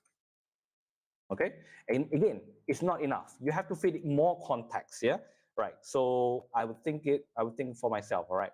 So why am I weak in English? Okay, I know. So I rarely use English as well because my surrounding friends are using Chinese language with me. Okay, so this would be your context. Why you're weak, what's your circumstances, what happened to you, and what you need from the AI itself. Yeah, since you are my best friend, and also a good English speaker. I need you to. Okay, here we are going to be a very more specific task. You do not want the AI to just correct your English or to converse with you in English. You want them to do a very specific task, tackling three key areas. All right, here I need you to converse with me in English. Okay, all right. So you want to make sure that the AI always converse with you in English language and not other languages, even though they are capable in conversing in other languages like Bahasa, Melayu, or Chinese or Tamil. They are capable in doing that. Yeah. So it really depends on what type of language that you want to learn. Okay. Converse with me in English, correct my spelling, grammar, and the choice of vocabularies if I use the wrong words or vocabs when conversing with you. So you see here, what I have done, I have provided four things. Task, what do I need the AI to do? I need the AI to be to help me with my English language learning. Specifically, correct me in terms of three key areas: vocabulary, the choice of vocabulary, spelling, and grammar. Okay, so I need these three. And what do? I also provide context, my background. Who am I as a person, and why do I need to improve my English language? I've provided that as well. The third one would be persona. So I will provide it with persona, AI as my best friend. Okay. Now this is a very very lengthy prompt, and you should be doing like this too, because the shorter the prompt, the more ambiguous or the bigger that the AI will cover the responses, will provide a very, very vague responses to you. So you want to make sure that you downsize or you be as specific as you can by providing lots of parameters to it. Yeah. So before I click enter, I do not want to start the conversation first. Yeah, because since this AI is my best friend, I want this particular AI, this particular best friend to ask me about my day. Yeah, so what do? Okay, go to your next paragraph. Please begin by chatting with me and ask a question that a best friend would generally ask. There you go. Yeah. All right. So tell me, how was your day been so far? Any interesting or exciting happening in your life lately? Yeah. So there goes. Yeah. It will not generate like a long, lengthy AI responses. It's like, oh, it's good that you are going to improve your English. There are many ways that you can do to improve your English. None of those nonsense. Yeah. Very short and simple. Ask about my day. Okay, so let me just respond to it, yeah, and see how it goes. Okay, so for example, your best friend asks about your day. What are you going to do? Of course, you're going to rant, right? So you just type out whatever it is. For this purpose, I will purposely, for the sake of demo, I will purposely use the wrong grammar. I will purposely use the wrong spelling, and I will purposely use or write in a have a lot of grammatical mistakes just to showcase what the AI is actually capable. Yeah, right. So far, my day has been great. I went, I go to my favorite restaurant earlier this morning, and I meet with my uh, math teacher in my secondary school. We chatted about our lives, and I'm really happy being able to meet her. Okay, so if you see there's a lot of spelling mistake. Tenses is out, and of course, spelling is out as well. Yeah, so we'll see how the AI would respond. Yeah, right. That sounds like a wonderful day. Blah blah blah blah. I'm glad to hear. By the way, all right. Okay, so again, it will try to provide. It will try to converse with you, but unfortunately, it did not provide the spelling check, yeah, or it did not provide you with the correct version. Probably it will detect, it has detected that it understands what you are actually delivering or what you're actually talking about, but that's fine. That is to be expected. So when it comes to this case, yeah, when you want the AI to actually converse with you properly or perhaps to correct you, you will take one or two tries to actually prompt a perfect one. So here we'll be using AI that act as a friend, and of course where you can practice your English language with the AI itself. Yeah. So unfortunately, this one is the AI did not catch. Again, you see, reliability. It goes back again to reliability issues where when you expect the AI to do certain things, the AI will not be able to give or deliver unless you do a several tries in it. It happens to all models, to Bard, to Perplexity, even sometimes on ChatGPT 4.0 or ChatGPT Plus. Yeah, so um, do not be too down or do not be too surprised or shocked to find that sometimes your prompts will go wrong. Yeah, or sometimes AI will not be able to give the responses that you want. It will take several tries, trust me. Uh, we have been doing this for quite some time.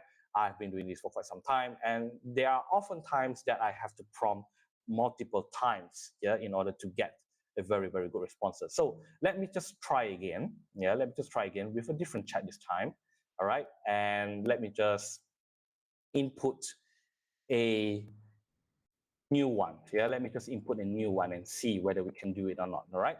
So let me just try in. All right. And let me just use back the responses here. Okay. So of course, I'm glad to improve. Let's simple. How was your day? Anything interesting happen? So far my days has let's say let's make a more worse grammar. Let's make our grammar even worse. Yeah. So far my day has been great. Blah blah blah blah blah. All right. Okay. Make her able to her uh, out. All right, let's see. Yeah. See, all right, now it is able to provide me. Okay, so by the way, you mentioned I'm really happy being able to met her. The correct form would be I'm really happy to have met her. Keep up the good work, you see? All right, so it will take several tries. Yeah, it's the same thing happen to AI. It is unreliable at times. Yeah, so don't be surprised that you will have to make sure that your prompts are correct, specific, and strong enough to actually give what you want. All right, so definitely this is one way to actually use AI to help you to practice your English language, being a chat companion for you. Okay, I do hope that this provides a good and comprehensive first case scenario, yeah, whereby you're using ChatGPT as a language learning tool. Okay, right. So let's move on to the next agenda. Let's move on to the next agenda, where I will talk about I will use ChatGPT, yeah, to craft a lesson plan for upskilling. Right.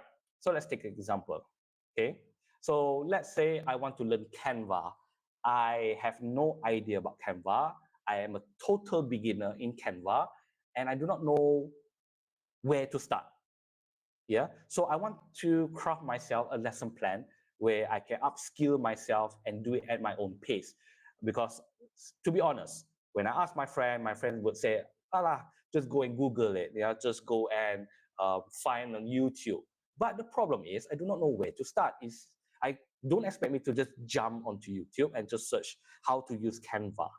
Yeah, okay. If let's say I do that, what's next? You see? So you can use GPT to actually craft a plan for you to upskill yourself. Any skill that you want to learn, let it be JavaScript, coding, or learning how to cook, or learn how to do how to do arts and crafts. GPT is your best friend.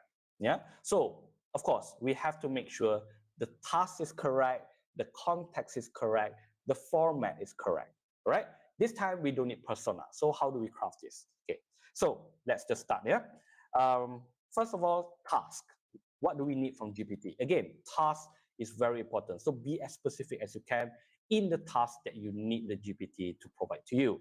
So I need, your help, yeah, uh, and this time I use persona as well, lah, yeah, as a professional in Canva application to guide me on how to use Canva.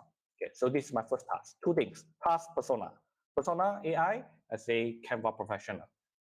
Do I need that? It's optional. It doesn't mean that I need that. So if I can say, I need your help to guide me on how to use Canva, it's okay as well. You don't need the persona. Okay, but in this case, I put a persona because I want it to act like a Canva professional. I want to talk to a Canva professional. Yeah, so I need it to guide me on how to use Canva. Next, I need it to be more specific. Can you craft a 1 week lesson covering covering the basics of using Canva and all the things that I need to know to get started? Okay, so again, we are going to be more specific on the task that we want the AI to give to us. We do not want to just ask Canva to give us or to guide us how to use Canva, but we need a detailed plan for how long exactly. For me, because my assignment is up, I need to learn Canva. I need to learn to use Canva within 1 week time. So I need to make sure that within 1 week, I'm good with Canva. I know how to use the basic of Canva, and I'm able to use it for my assignment. Okay, so how do I get started? Do I stop here? No. You have to provide it with what? You have task, you have persona. What is one most important thing that you need to include here? Your context. Yeah, your context. So you need to tell ChatGPT who you are and why do you need this guide. Yeah, right. Um, before we go that, let's down.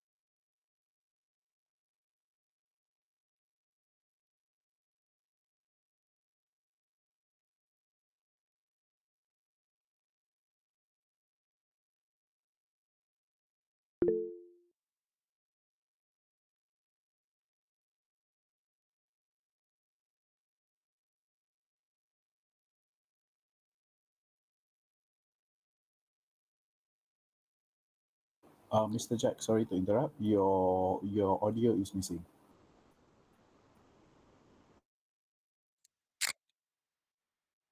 Hello, testing. Can you hear me? Yes. All right. Okay. All right, sorry for the technical issues. Let me just continue here. All right. So I want to be as specific as I can, yeah, to ensure that whatever the AI provide doesn't be ambiguous or vague, yeah. Make sure that the video is available for viewing. Okay.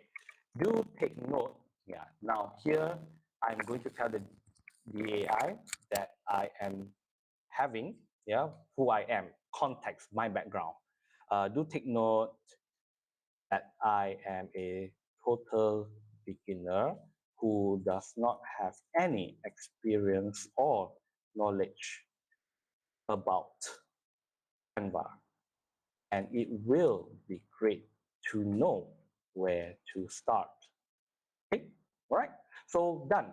I've provided the context, I provided several tasks, what exactly that ChatGPT needs to provide to me. I have provided the AI as a persona, as a Canva professional, and I want it to provide me with a schedule. So, but as we see earlier, when we say schedule, it will provide in bullet form. So now we are going to talk about the fifth point, format. In this specific scenario, or in this case, I want it to be in table format. So what do I need to say? Please lay out this schedule in a table format so that it's easier for me to refer. Done, click enter, and you'll see the magic happens. There you go. Provide days, topics, activity, website reference, YouTube videos. Done. And you are on your way to use Canva within 7 days. Yeah, so this would be the magic. Yeah, this is how you utilize GPT, not just as your answering machine, but you'll be surprised that with a proper prompts, that engineering prompts, you'll be able to achieve a lot with this. Yeah, so website references is blue there. You can click it.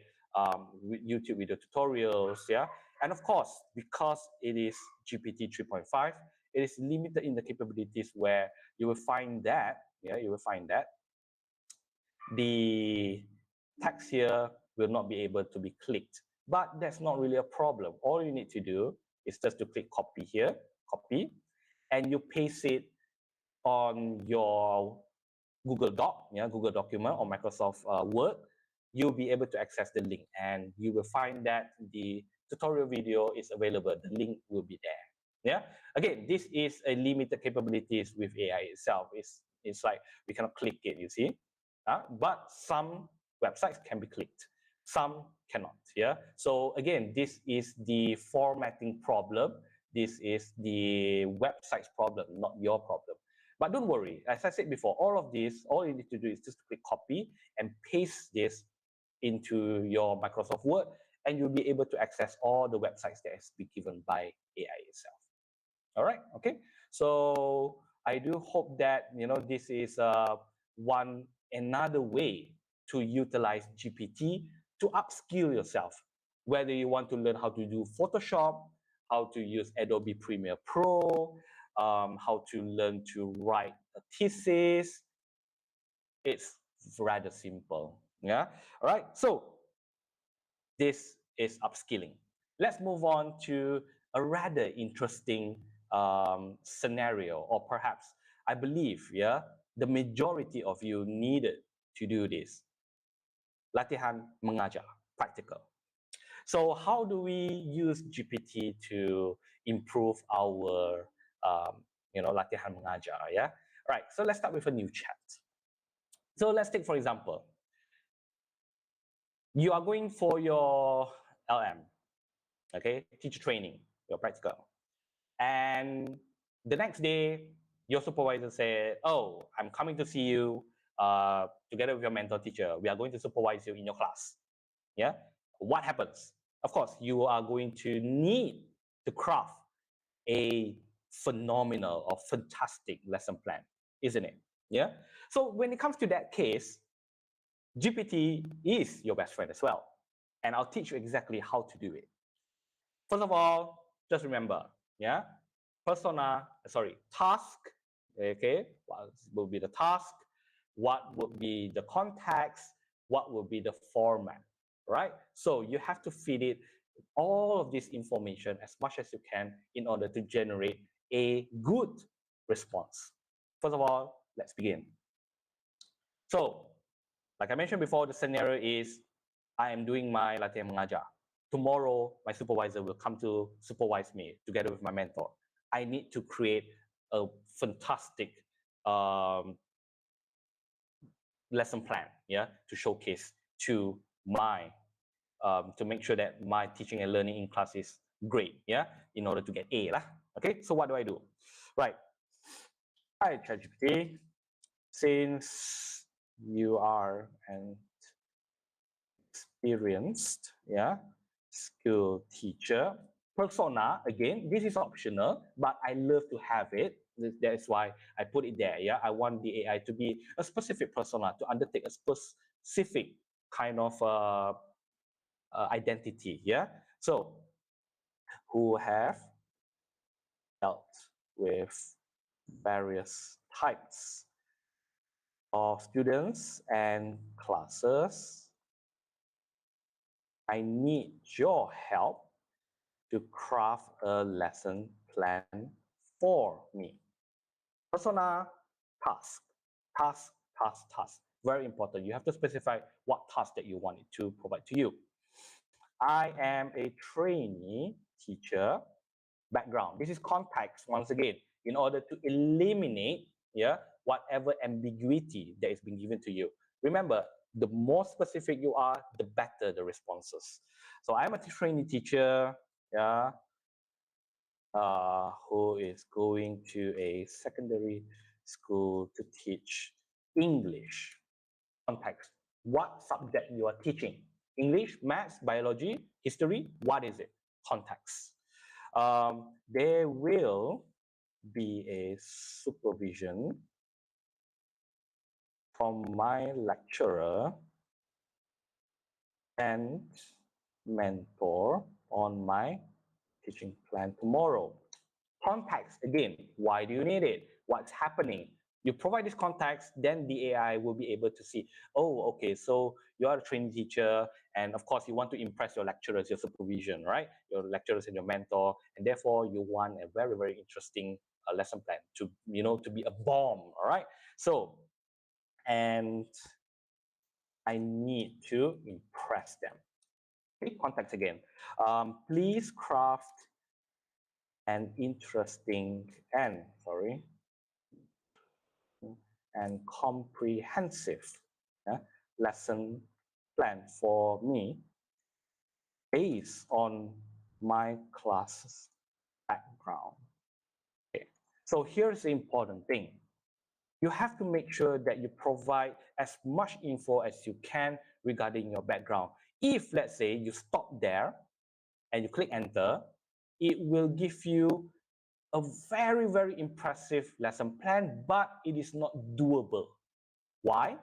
Because your students, let's say, yeah, you are in charge of lower level students. The activity is for, let's say, CFR B2 level or, higher level. What would you do? You cannot do it. Yeah. So you have to, again, be very, very specific as much as you can. Feed it with context, background information. So here, let's say, yeah, I will provide as much information as I can. One, subject, English language. What am I going to teach? Two, topics. Yeah. So what topic that I'm going to teach tomorrow? Okay. Let's say, for example, I want to teach adjectives. Okay. Three, number of students. Yeah. Number of students. Let's say I have around 30. Yeah. 30 Form 2 students. Okay. Students proficiency level. Yeah. Students proficiency level. CFR A2. A2 is quite high. Yeah? Let's say A1 to A2 lah, and then let's just put A2. All right, and then 5.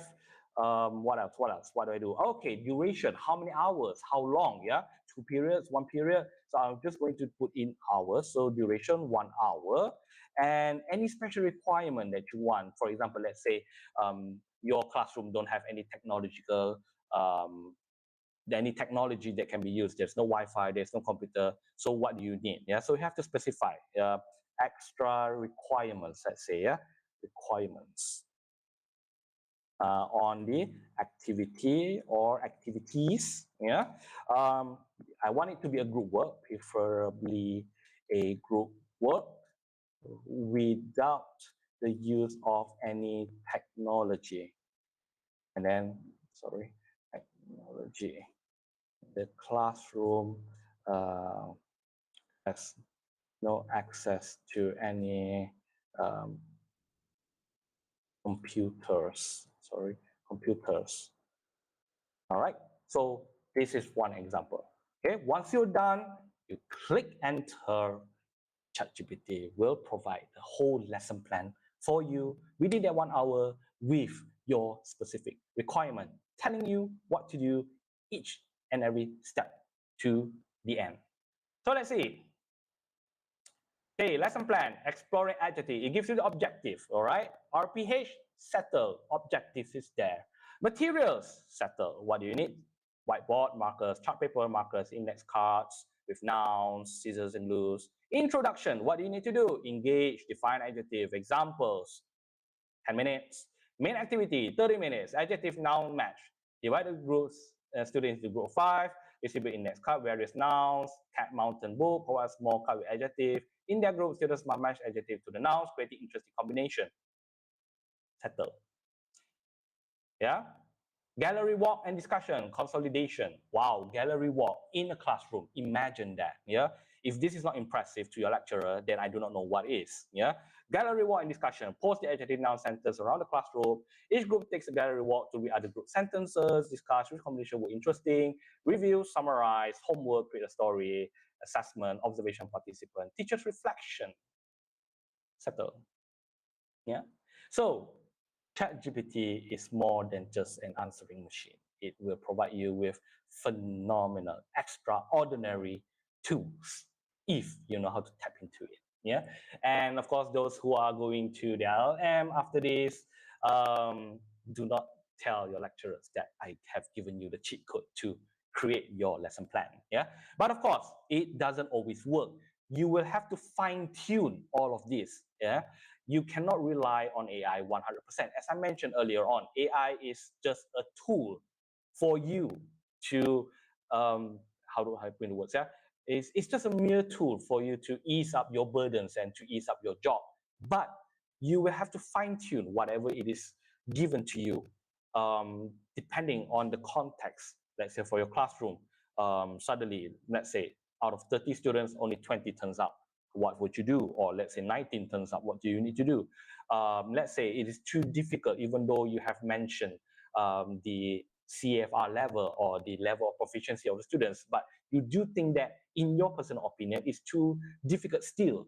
So what do you need to do? You, based from this lesson plan that you have crafted, that the AI has crafted, you have to fine tune everything. Yeah, you have to fine tune everything. Okay, all right. So I do hope that this is also another way to use GPT, yeah, to craft lesson plan for your latihan mengajar. Right. So I believe that it's a very good tool, yeah, and I do hope that it will provide a interesting tool for you to be used. Now, I believe we still have time. How many more minutes do I have, moderator?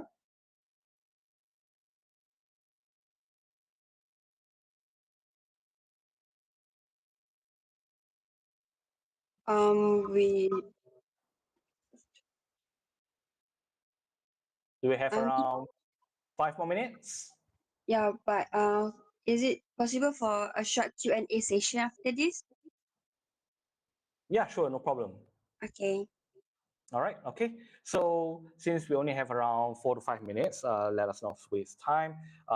Let me teach you one more thing. Yeah, I'm pretty sure everyone now will be, perhaps, yeah, for the juniors, semester 1 to 3, perhaps this is still long way to go for you. But for those who are in their 5th, 6th, 7th semester, I'm pretty sure you're going through your FYP, yeah, your action research. So how do we use ChatGPT to learn about um, action research? Yeah. Now, do take this as just a learning tool. It will not be able to help you 100%, but at least it will give you a head start on what to be expected when you are entering your semesters, your higher semesters, where you are required to do your FYP. So your FYP will be your action research. All right. Again, please, this is just a mere tools. Do not overrule your lecturers. Again, I repeat, do not overrule your lecturers. Whatever your lecturers mention, they will have more knowledge about it. And again, AI is not 100% reliable. Well, to be honest, not everything is 100% reliable, but that's the thing, yeah? So your lecturers will be the one who grade you. Your lecturers will be the one who provide marks for your FYP. Whatever it is, just use this as a tool. Do not rely on this 100%. Yeah. So now I'm going to teach you how to get started, how to get ahead of using GPT to learn about action research. Action research, I'm pretty sure a lot of people do not know what is action research. Yeah. So I will just prompt it. Let's take a very simple rule: task, persona, and background. Okay, task, persona, and background. I just want to know about action research first. Okay, so what do I do now? Yeah. ChatGPT, I need your help as a senior lecturer in university who knows a lot about research, specifically on action research, to guide me on how to write one.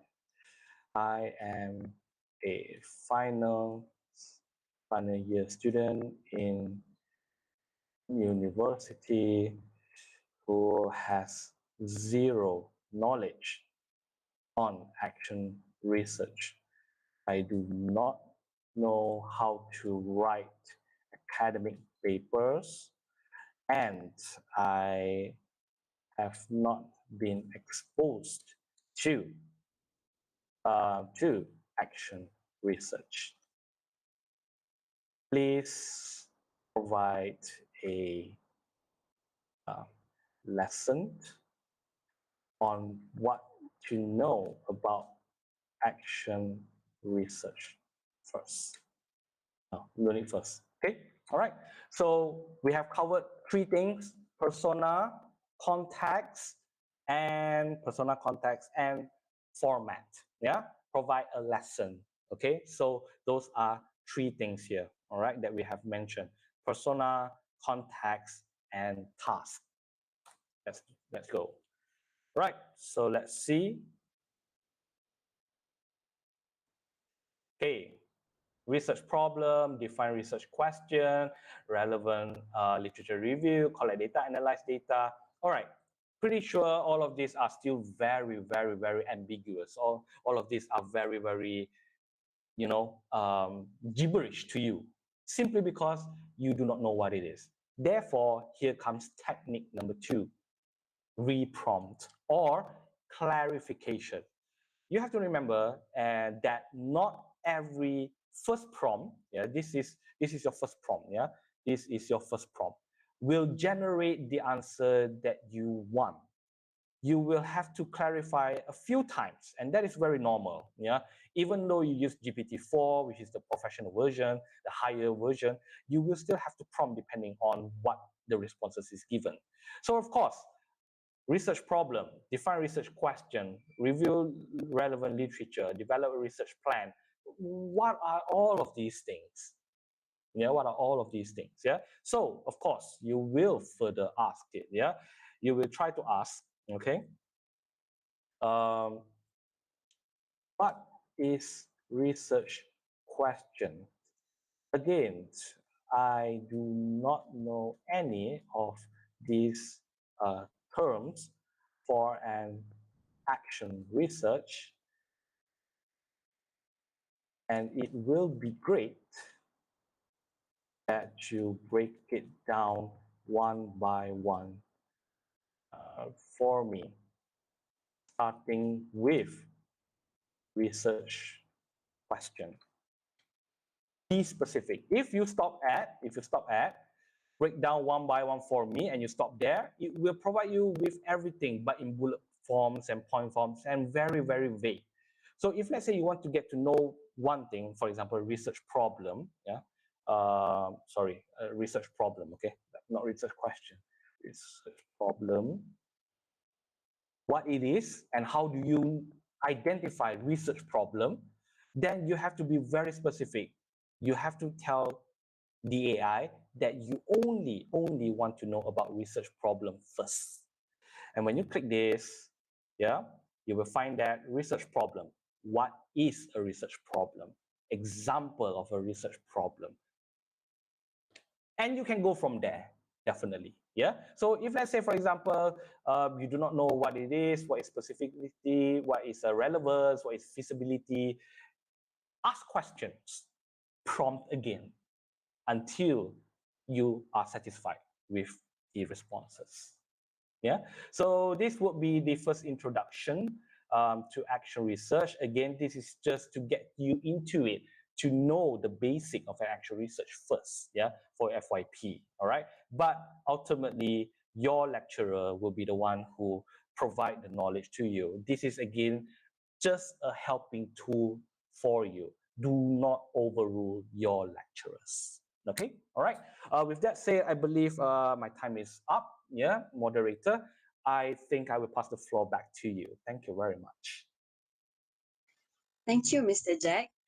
Now that we have listened to the talk by Mr. Jack, we have come to the Q&A session, and there are a few questions that from our participant from this program.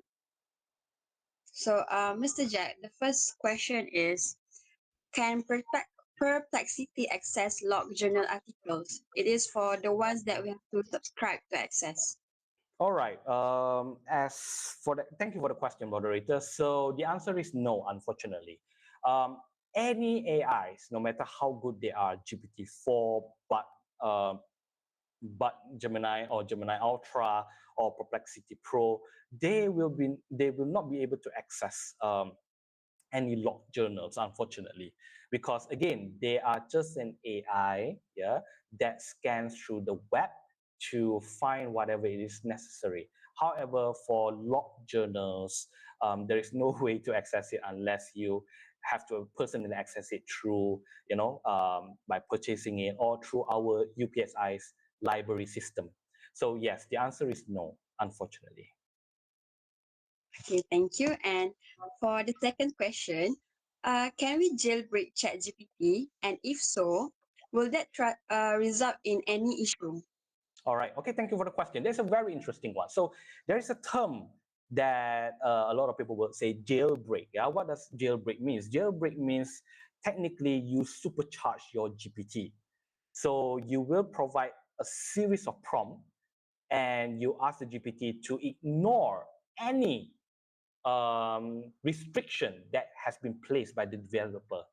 For now, as far as I'm concerned, jailbreak doesn't really work well, especially for GPT 3.5, because not all of the prompts or the jailbreak prompts are functional.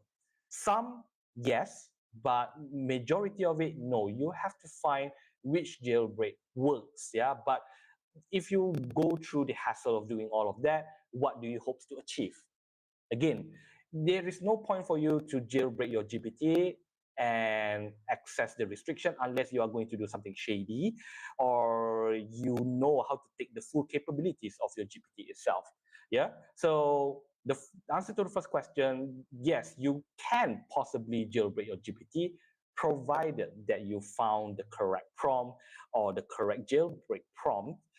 But when it comes to the legal issues and whatnot, probably they will detect or perhaps flag your usage of GPT, and you might probably face a ban hammer. So I wouldn't recommend doing it unless you know what you're doing. Yeah, there are instances where people jailbreak their GPT and get away with it, but there are also cases where people jailbreak the GPT and they got caught and their account has been suspended. They have no choice but to recreate another account. So yes, I hope that answers your question. Thank you. And the third one is it better to put all of the prompts in single message? Because when I prompt, I send information one by one. Okay, so there is a debate on that. Yeah, there are someone who would say it's better to provide in one full length sentence. There's someone who there's literature mentioning that it's better to break down into sentence by sentence or point by point. So it really depends. There is no conclusive answer to it. Some people will get a very good response from writing a full paragraph instead of putting in point form. Some will, when they put in point forms, GPT will tend to misunderstand what you need actually. So it's more towards to try and error. There is no conclusive answer, unfortunately. It really depends on whether the responses that you are expecting is correct or not. So you just have to try it out. If let's say in point forms or in sentence by sentence form works for you, then go ahead, continue. But of course, do make sure to apply the rule of having task and context. These two are very important. Persona or exemplar, it depends whether you want to have it or not. Yeah.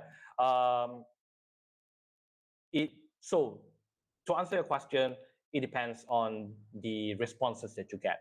If you get a good responses from writing it sentence by sentence or in point forms, instead of a full length paragraph like that, like what I did, then go ahead and continue to do so. But if let's say you would like to experiment or try to use a full sentence and compare and contrast between the responses that you get, which one is better, then just use whichever that is better for you.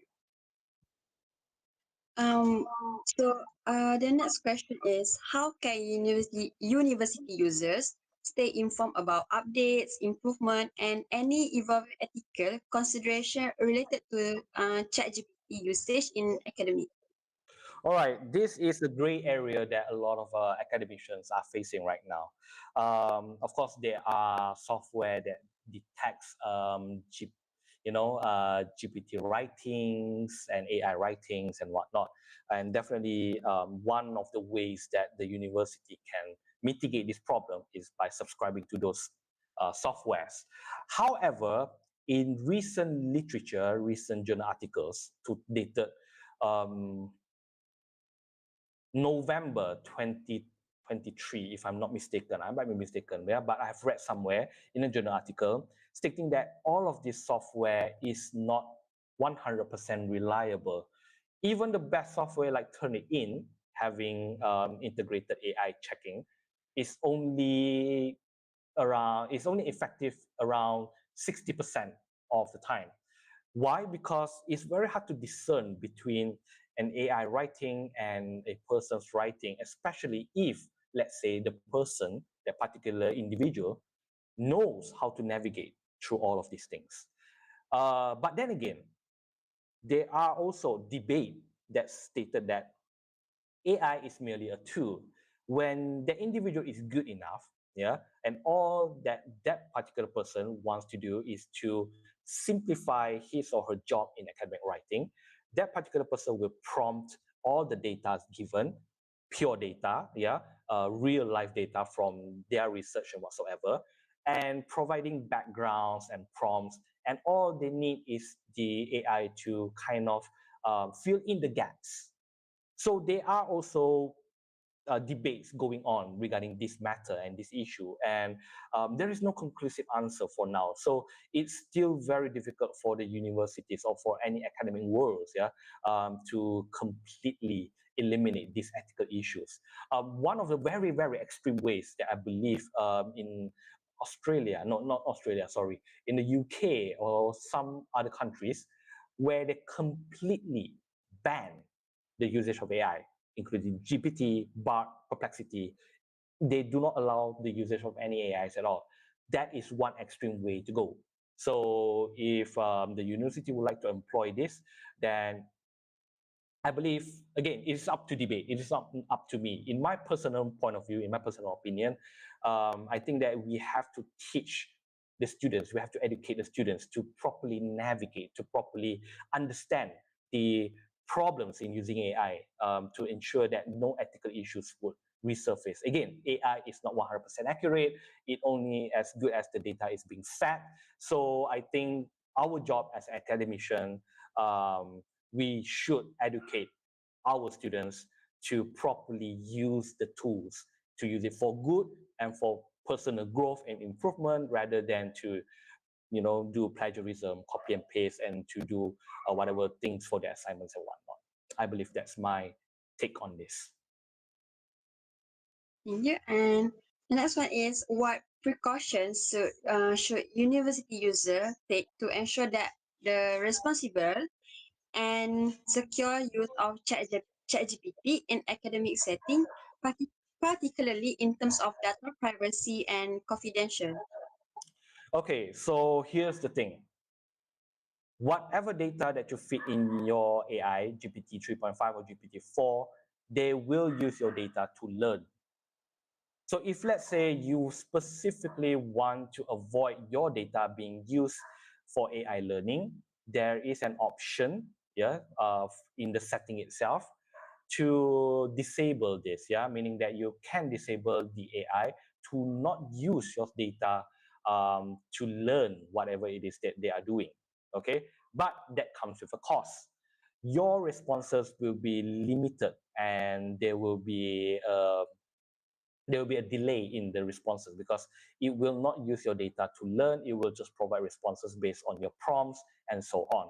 Data privacy is something that is also being talked about when it comes to AI, definitely. And there are lots of ways that we as a consumer can do. First of all, make sure that your GPT is yours alone. You do not share your GPT with others.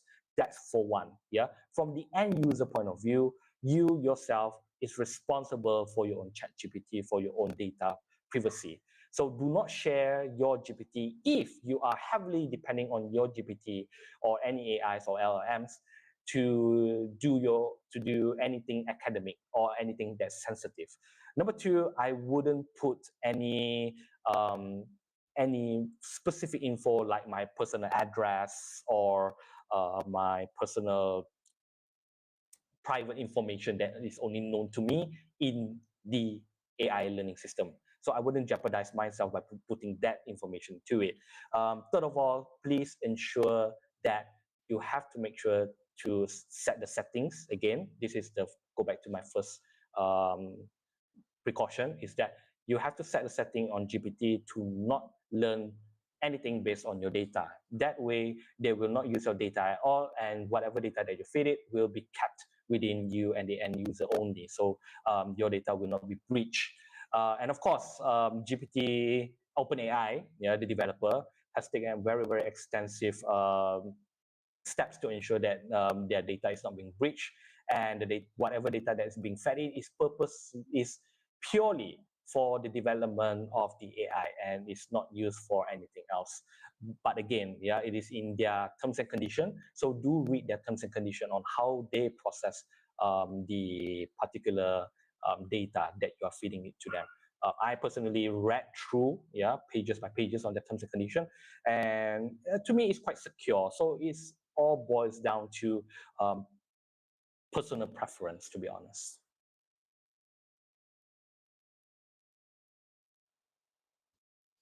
Thank you, Mr. Jack. And by that, we already end our Q&A session. And I will say thank you again, Mr. Jack, for this meaningful welcome. insight on ChatGPT. As we all know, this platform has become very popular for its convenience in helping us students, especially in our assignments. I hope that through this sharing, we can all master ChatGPT as well through the name of our program, Mastering ChatGPT. Once again, thank you, Mr. Jack. You're welcome. Ladies and gentlemen, Conversational Craft 1.0 Mastering ChatGPT is coming to an end. Thank you so much to all for joining us this morning. On behalf of the committee organizer, I would like to extend sincere gratitude to all of the volunteers and committee members who have put in countless hours and a lot of effort to make today a huge success. We appreciate all of your hard work and dedication. Without you, we could not have succeeded. Before we end, now it is the time for us to capture our memorable moments together.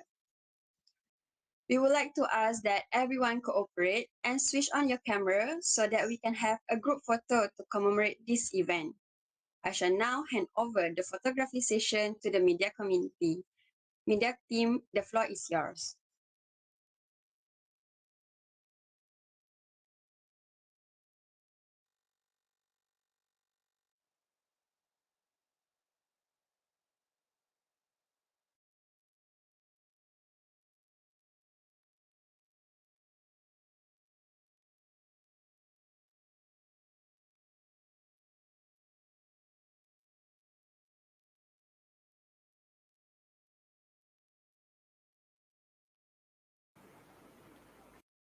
Okay, media team. Okay, I'll be taking the photo for everyone.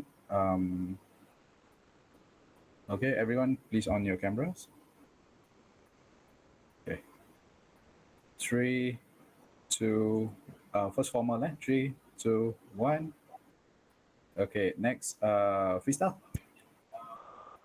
Okay, 3, 2, 1. Okay, thank you, everyone. Thank you.